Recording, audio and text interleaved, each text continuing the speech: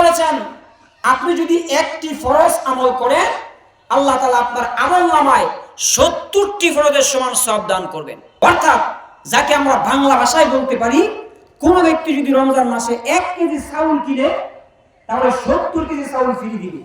এই অফার যদি কোনো ব্যক্তি কাউকে করে যে দেয়, আমন করে এলাকার কোন মানুষ কি ব্যান্ডেড ঘুমাইবো, সারা রাত ঘুমাইবো, সারা রাত বাজারও থাকবো, কোন সময় টায়ারতে মালাইবো আর নামাইবো, ঠিক কিনা কন?